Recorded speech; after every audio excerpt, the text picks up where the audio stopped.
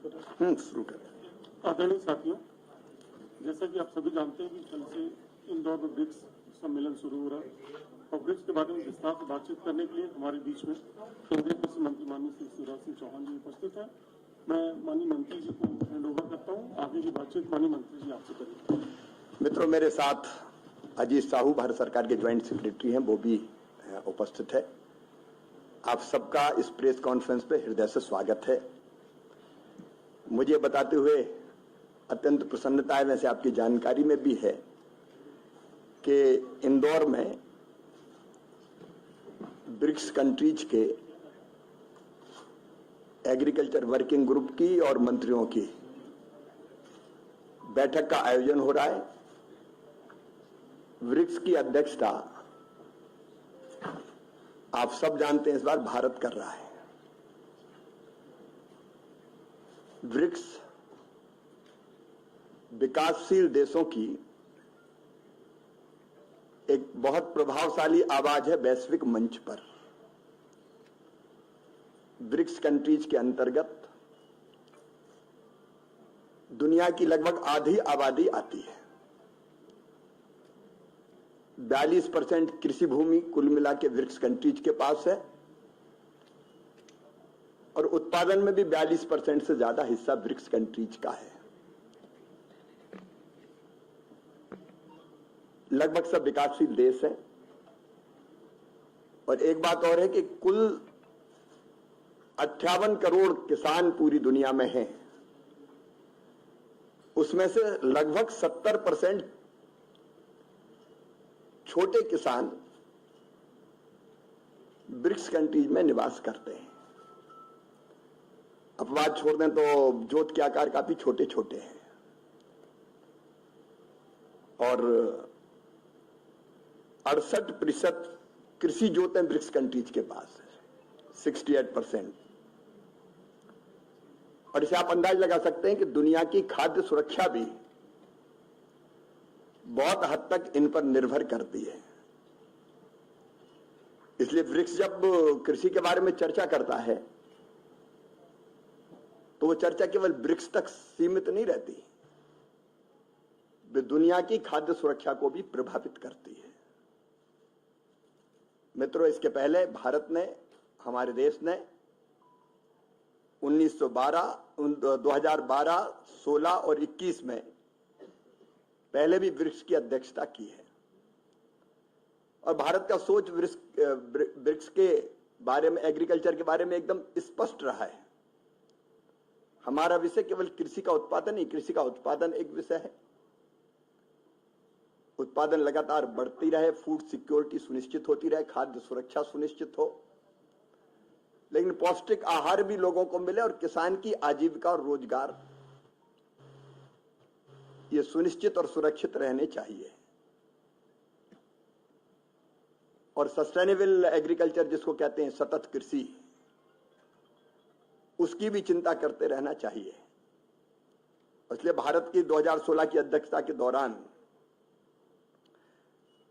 BRICS कृषि अनुसंधान मंच, ब्रिक्स एग्रीकल्चरल रिसर्च प्लेटफॉर्म जैसी महत्वपूर्ण पहल शुरू की गई थी, जिसका रिसर्च में और नवाचार में बहुत उत्तम उपयोग हो रहा है, उसके लिए बहुत महत्वपूर्ण है।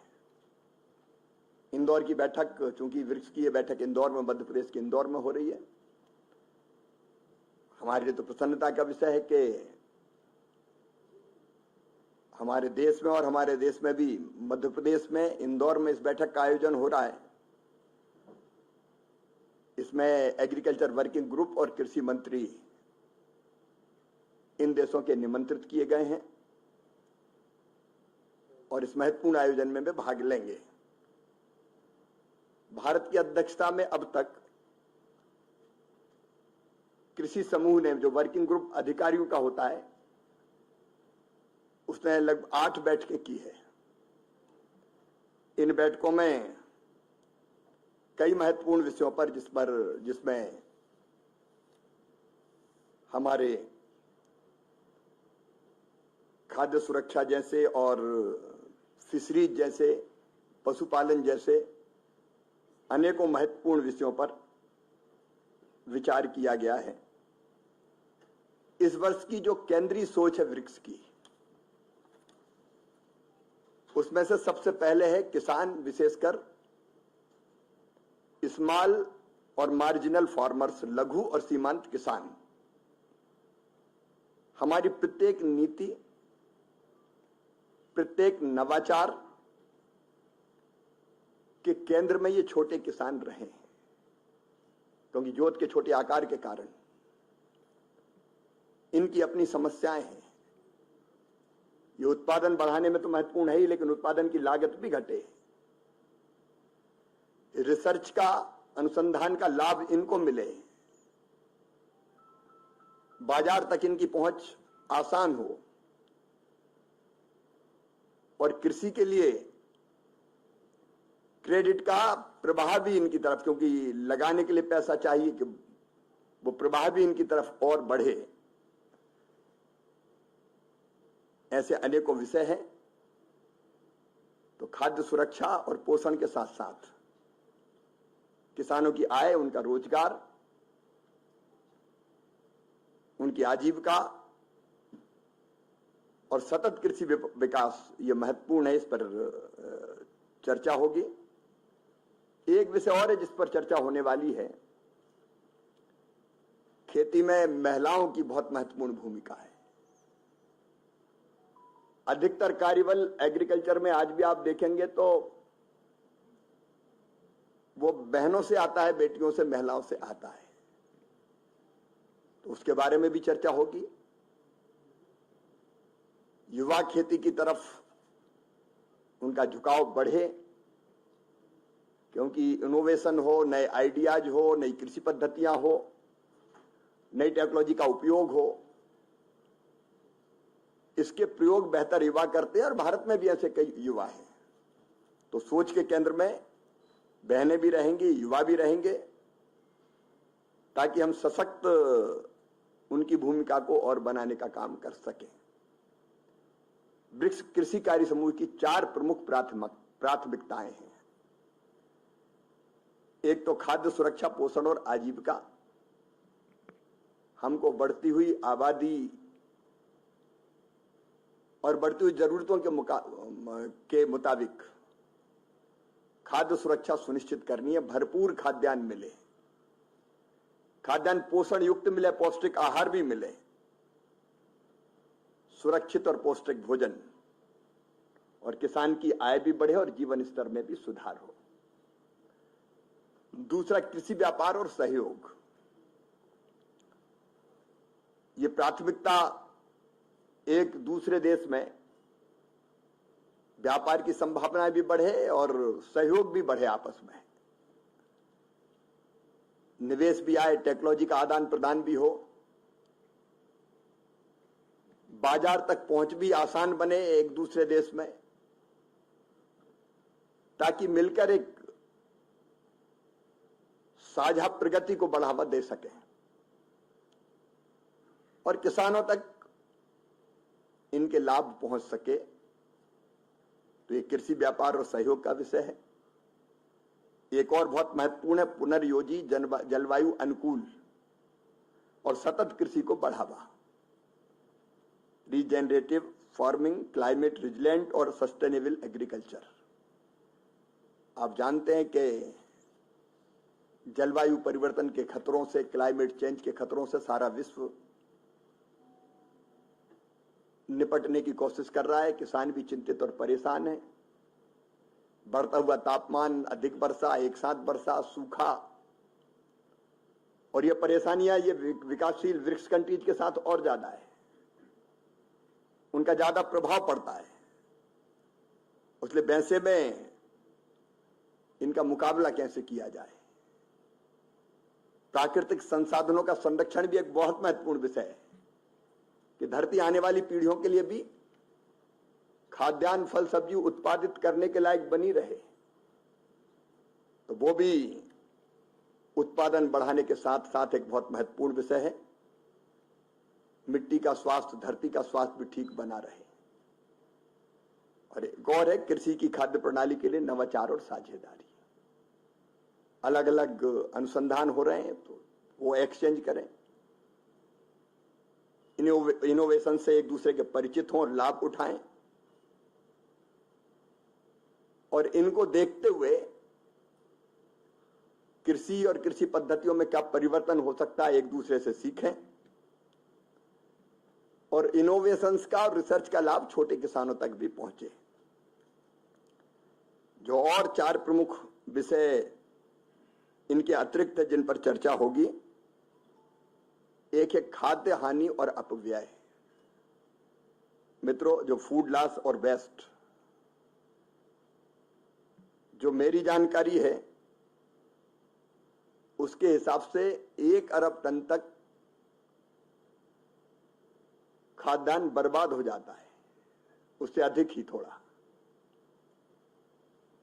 काटने से लेके भंडारण तक की व्यवस्था, और तैयार भोजन का भी जो वेस्टेज है वो अपव्यय भी है, और ग्रीन हाउस गैस के उत्सर्जन में 8 से 10% तक उसका भी योगदान है। तो एक चिंता का विषय है, इस पर चर्चा होगी, इसको कैसे रोकें। छोटे किसान अगर फायदे की खेती करे तो जरूरी है केवल कृषि उपज से काम नहीं चलेगा, अनाज के साथ साथ एनिमल हस्बेंड्री, पशुपालन, मछली पालन, ये आय बढ़ाने के लिए वैकल्पिक उपायों पर भी विचार करना पड़ेगा। तो पशुपालन, मछली पालन और फूड स्टोरेज, खाद्य भंडारण की व्यवस्था कैसे सुधारें ताकि सुरक्षित रहे फूड। इसमें जो देश अलग अलग प्रयास कर रहे हैं वो आपस में अपने अनुभव भी साझा करेंगे और विचार विमर्श भी करेंगे।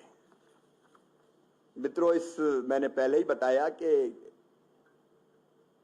इस बैठक में महिलाओं और युवाओं पर विशेष फोकस रखेंगे, और 12 जून को लघु किसान महिलाओं और युवाओं के माध्यम से, लघु किसान महिला युवाओं के माध्यम से भविष्य की खाद्य सुरक्षा, इस विषय पर भी कृषि मंत्रियों के बीच गंभीर और उपयोगी चर्चा होगी। 9 से 11 जून तक, मतलब कल से ये शुरू हो रहा है, एग्रीकल्चर वर्किंग ग्रुप्स की बैठक इंदौर में। ये अधिकारी स्तर की बैठकें होगी, ये बैठकें निरंतर चल रही है, लेकिन 9 से 11 तक इंदौर में, और फिर 12 और 13 जून को कृषि मंत्रियों की बैठक इंदौर में संपन्न होंगी, जिसमें कृषि मंत्री आकर भविष्य के सहयोग के लिए एक साझा दृष्टिकोण विकसित करने की कोशिश करेंगे। अब इंदौर में आ रहे हैं तो 2 चीजें और हमने सोची है। एक तो वृक्ष वाटिका और वृक्षारोपण। ये कार्यक्रम कृषि के क्षेत्र में सहयोग का एक संकल्प भी बने, इसलिए वृक्ष वाटिका इंदौर में, जिसमें वृक्षारोपण करेंगे सब मिलके, उसका भी प्रस्ताव है, क्योंकि पर्यावरण का संरक्षण सतत कृषि के लिए भी बहुत जरूरी है और आने वाली पीढ़ियों को भी सुरक्षित रखेगा, इसका भी इससे संदेश जाएगा। आज लगाया गया पौधा भविष्य की पीढ़ियों के लिए हमारी जिम्मेदारी का भी संदेश देगा। लेकिन हमने सोचा कि इंदौर और मध्य प्रदेश की संस्कृति, जीवन मूल्य, परंपराएं और खान पान, इससे भी परिचय होना चाहिए, क्योंकि ब्रिक्स कंट्रीज में हमारे 10 तो ब्रिक्स कंट्री के देश है, 11 सहयोगी देश भी है, 10 सहयोगी और 11 ब्रिक्स की कंट्रीज है के सदस्य हैं। तो वो सब इंदौर के खान पान से परिचित हों, संस्कृति, जीवन मूल्य, परंपराओं से, इसलिए राजबाड़े भी जाएंगे, 56 दुकान भी जाएंगे और मांडू भी ले जाएंगे, और इंदौर के स्वाद का, मध्य प्रदेश के स्वाद का भी आनंद मिले उनको, इसकी कोशिश भी करेंगे। हमारा शास्त्रीय संगीत, हमारे परंपरागत लोक नृत्य इसका आनंद भी उठाएंगे। तो उनके स्वागत के लिए मध्य प्रदेश तैयार है और मुझे लगा कि मध्य प्रदेश में ये बैठक हो रही है तो आपके माध्यम से भी ये संदेश लोगों तक पहुंचे, इसलिए आज आपको कष्ट दिया। बहुत बहुत धन्यवाद।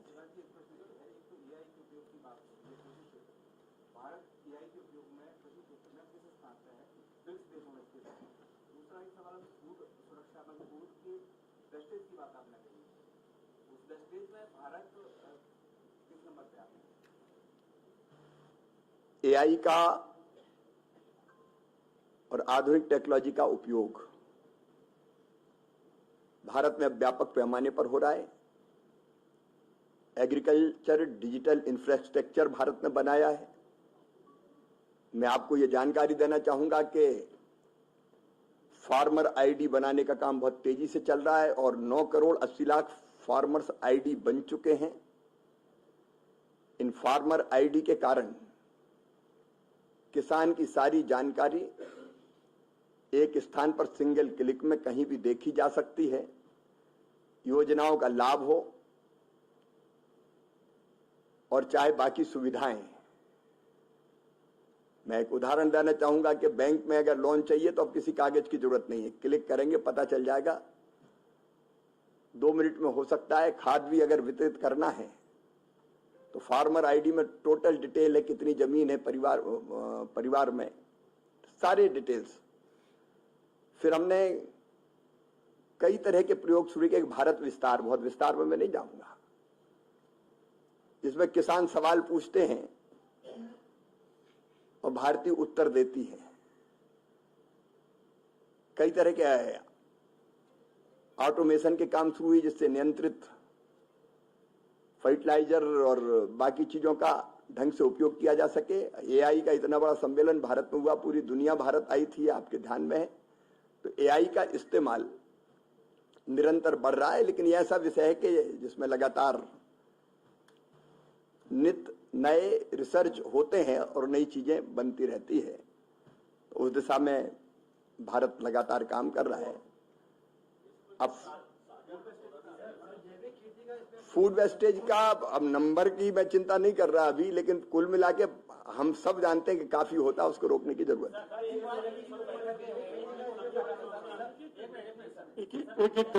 एक एक पूछते जाए।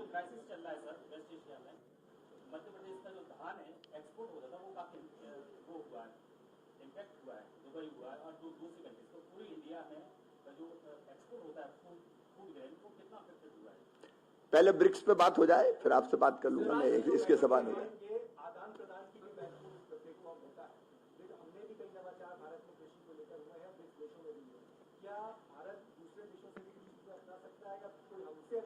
नहीं, दोनों, ये सहयोग का अर्थ यही है कि जो हमने सीखा है वो उनको दें, जो उनने सीखा है वो हम लें। ये आपसी साझेदारी बढ़ा के कृषि का विकास और किसानों का कल्याण, यही इसका उद्देश्य है। 40% आबादी के प्रतिनिधित्व करते हैं। पोषण और खाद्य सुरक्षा को लेकर ये देश मिलकर क्या विशेष कर सकते हैं? इसमें लगातार चर्चा होती है सतत। अब इसमें इनोवेशन, व्यापार, बाजार पहुंच, जो रिसर्च होती है उसका आदान प्रदान। मैंने बताया कि जो भारत की अध्यक्षता में एग्रीकल्चर रिसर्च का जो प्लेटफॉर्म बना था वो इसी की देन है, जिसपे अब सब लोग आईसीआर जिसको लीड कर रहा है भारत का, और जिस पर सब आदान प्रदान कर रहे हैं।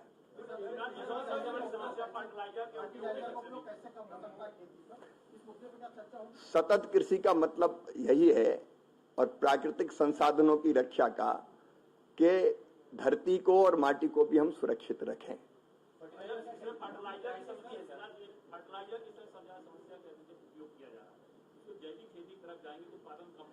दोनों तरह की चीजें, मैंने कहा कि पहले वृक्ष के सवाल हो जाए क्या, कि इसके बाद मैं इसका जवाब दूं। वृक्ष का खत्म कर दें फिर।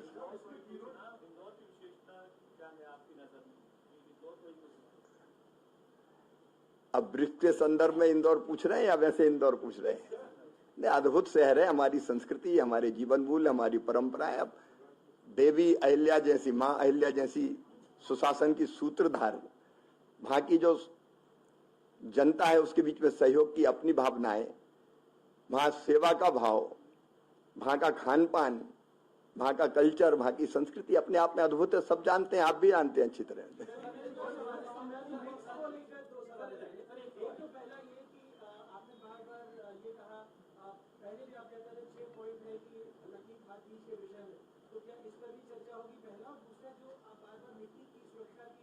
देखिए हाँ,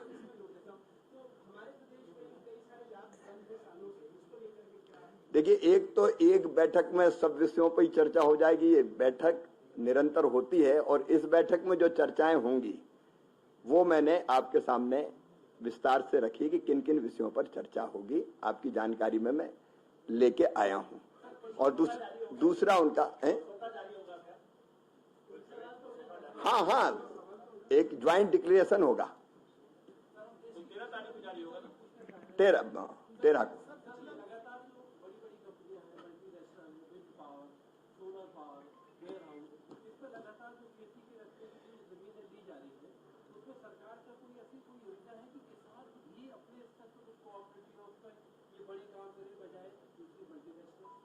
कई जगह किसान कर रहे हैं। आपने आपको जानकारी में एग्रीकल्चर इंफ्रा फंड में किसान भी इन चीजों में निवेश कर सकता है। 1 लाख करोड़ की लगभग एग्री इंफ्रा फंड में कई तरह की संरचनाएं, कोल्ड स्टोरेज, वेयर हाउस, बाकी कई चीजें बनी हैं।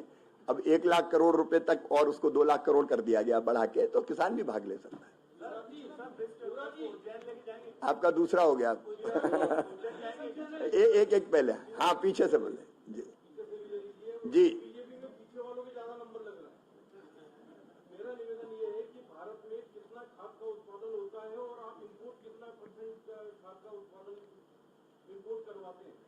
उसके बाद भी इतनी दिक्कत क्यों आ रही है? अभी जैसे वैश्विक संकट चल रहा है, उसमें भी ये ब्रिक्स के सब खत्म हो गया।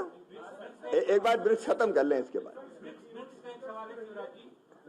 ब्रिक्स देशों जितने भी 11 देश हैं, इनमें कोई ऐसी फसलें चिन्हित की गई हैं जो हमारे यहाँ के सीमांत किसान उगा करके उन्हें ज्यादा लाभ मिल सकता है? कई चीजों में आदान प्रदान करता है, चलता रहता है। उनके यहाँ जो चीजें होती है उन पर हमें जानकारी मिलती है, हमारी उनको जानकारी देते हैं। उनमें कई तरह की फसलें शामिल है, जिसमें ऑयल सीड्स भी शामिल है, जिसमें गेहूं चावल भी शामिल है।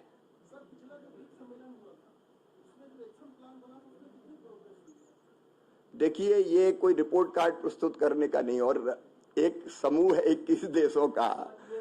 एक मिनट, अब उनका सवाल पूरा हो जाए। ये सतत सहयोग की भावना से कई मुद्दों पर आदान प्रदान होता है, जिस पर सहमति बनती है उस पर आगे बढ़ते हैं।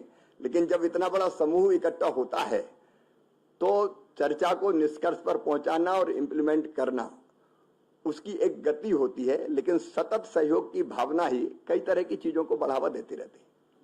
मेरा एक प्रश्न ये था कि ब्रिक्स देश जो कृषि करते हैं और जो टेक्नोलॉजी का इस्तेमाल करते हैं, तो कई मामलों में हमें ऐसा लगता है कि हमारे जो पारंपरिक कृषक हैं उनसे वो अग्रणी हैं और आगे हैं।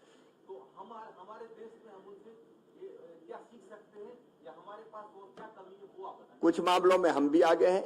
आज मैं आपको ये प्रसन्नता के साथ बता रहा हूं कि चावल का उत्पादन में आज भारत दुनिया में नंबर 1 है। चीन को पिछले समय हमने पीछे छोड़ा है। गेहूं में हमारा उत्पादन वैश्विक, मतलब जो प्रोडक्टिविटी है, लगभग वैश्विक स्तर तक पहुंच गई है। तो कई चीजों में हम भी आगे हैं, कई में वो आगे हैं। तो ये आदान प्रदान होता रहता है, सीखते रहते एक दूसरे से। अभी तो जहां ले जा रहे हैं वो मैंने आपको बताया। हाँ,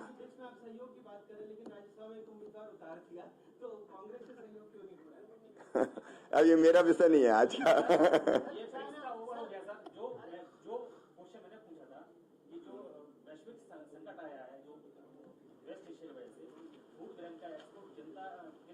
देखिए, आप सब जानते हैं कि मिडिल ईस्ट के कारण पूरी दुनिया के सामने समस्याएं पैदा हुई है और उन समस्याओं में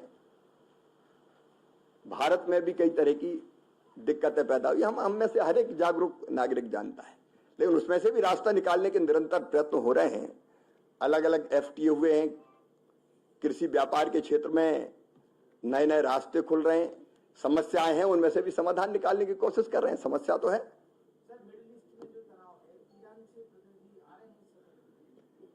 अभी तक तो संभावना आने की है, उनकी आ रहे हैं। अल नीनो को देखते हुए हमने पूरे देश के हर प्रदेश, और हर प्रदेश नहीं हर जिले का कंटिजेंसी प्लान हम बना रहे हैं। कितनी बारिश कम होगी इसका अंदाज लगाया गया है।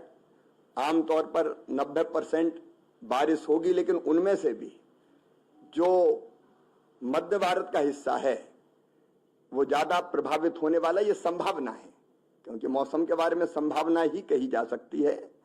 कुछ हिस्से ऐसे हैं जहां बहुत असर नहीं पड़ेगा, लेकिन मध्य प्रदेश, महाराष्ट्र, गुजरात, उत्तर प्रदेश के कुछ हिस्से, कर्नाटक, छत्तीसगढ़, ये जो इलाका है, ये इलाका रेनफेड मतलब वर्षा आधारित फसलों पर ज्यादा निर्भर है। ये दलहन तिलहन का उत्पादन भी करता है। इसके ज्यादा प्रभावित होने की संभावना है, मैं निश्चित नहीं कह रहा अभी। उसको ध्यान में रखते हुए किन जिलों में 197 डिस्ट्रिक्ट है जो हमने चिन्हित किए हैं जहां बरसात कम हो सकती है, और उन 197 डिस्ट्रिक्ट के एक एक जिले का कंटिजेंसी प्लान हम बना रहे हैं। अगर वर्षा कम हुई तो क्या करेंगे, अगर वर्षा के 2 स्पेल में गैप ज्यादा हुआ तो वही फसल खराब हो जाती, तब हम क्या करेंगे। बीजों का एक भंडार 1% हम रिजर्व करके इसलिए कर रख रहे हैं कि दोबारा कहीं बोनी करनी पड़ी।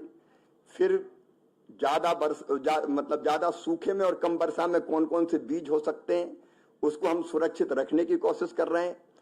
किसानों को खेत बचाओ अभियान के अंतर्गत जानकारी भी दे रहे हैं कि बारिश कम होगी, आप ऐसी फसल न लगाएं कि जिसमें ज्यादा पानी की जरूरत है। जितने मैं हर मंगलवार को पूरी समीक्षा करता हूं कि कितनी तैयारियां हुई है। काफी पहले से हम सजग और सचेत थे, और इसलिए कहां कहां असर पड़ रहा है वो सब हमने चिन्हित किया, और हम जिले तक से ब्लॉक तक भी जाने की कोशिश कर रहे हैं। तो सावधानी सब तरह की रखेंगे। हमने राज्य सरकारों के साथ सब चीजें साझा की है, क्योंकि धरती पर इंप्लीमेंट करने का सबसे प्रभावी माध्यम कोई है तो राज्य सरकार है। हमारे साइंटिस्ट 1687 साइंटिस्ट की हमने एक टीम बनाई है जो अलग अलग जिलों में, अलग अलग गांव में अवेयर करने का काम भी कर रही है कि बारिश इन जिलों में कम हो सकती है। हमारे वैज्ञानिक ICR के, कृषि विज्ञान केंद्रों के, हमारे जो स्टेट की यूनिवर्सिटीज है उनके, केंद्र के अधिकारी, राज्य के अधिकारी मिलके हमेशा विचार कर रहे हैं। एक एक नोडल अफसर हमने बना दिया है एक राज्य के लिए, जो उस राज्य पर लगातार ध्यान रखेगा। और स्वयं मैं हर मंगलवार को इसकी समीक्षा करता हूं। मानसून कितना पहुंचा, कहां पहुंचा, कितनी बारिश हुई, आगे हफ्ते भर क्या संभावना है, क्योंकि कई बार हर हफ्ते भी स्थितियां बदलती है, तो संकट आने की संभावना है। ये अकेले हम नहीं कह रहे, दुनिया के बाकी एजेंसीज भी कह रही है, लेकिन उससे मुकाबले के लिए जो बेहतर से बेहतर हो सकता है वो हम करने की कोशिश कर रहे हैं। सर एक छोटा सा सवाल और सर, ये किसानों की जो खाद के लिए टोकन जनरेट नहीं हो रहे, वो तो कई जगह से शिकायतें आ रही हैं, तो इस बार टोकन सिस्टम शुरू किया गया। नहीं, टोकन सिस्टम का सवाल देखिए, दोनों तरह की व्यवस्था भारत सरकार ने एक मिनट, भारत सरकार ने जो व्यवस्था की है, हम ये प्रयत्न करेंगे कि फार्मर आईडी का उपयोग करके किसान के पास जितनी जमीन है उसके हिसाब से कितनी आवश्यकता है खाद की वो बताएंगे। कोशिश ये करेंगे कि दुकान भी उसके लिए जो हमने नई टेक्नोलॉजी का उपयोग किया है वो करना राज्यों को, राज्यों के साथ हम शेयर करते हैं, क्योंकि जमीन पर तो राज्य सरकारें उतारती है, लेकिन ऑफलाइन भी खाद लेने का विकल्प उनके पास मौजूद रहेगा। तो एक टेक्नोलॉजी का इस्तेमाल करके ढंग से पहुंच जाए, डाइवर्ट ना हो, गड़बड़ ना हो, इसकी कोशिश की जाएगी। इंप्लीमेंट उसको राज्य सरकारों को करना है। मध्य प्रदेश में ऐसा नहीं हो रहा है, ऑनलाइन खाद की व्यवस्था है, मध्य प्रदेश ऑफलाइन नहीं है। ना, मध्य प्रदेश सरकार ने अपनी व्यवस्था बनाई होगी। विकल्प दोनों तरह के भारत सरकार की तरफ से। बहुत बहुत धन्यवाद। धन्यवाद। आइए, आप सभी लोग हाई टी में आमंत्रित हैं। हाई टी और लो टी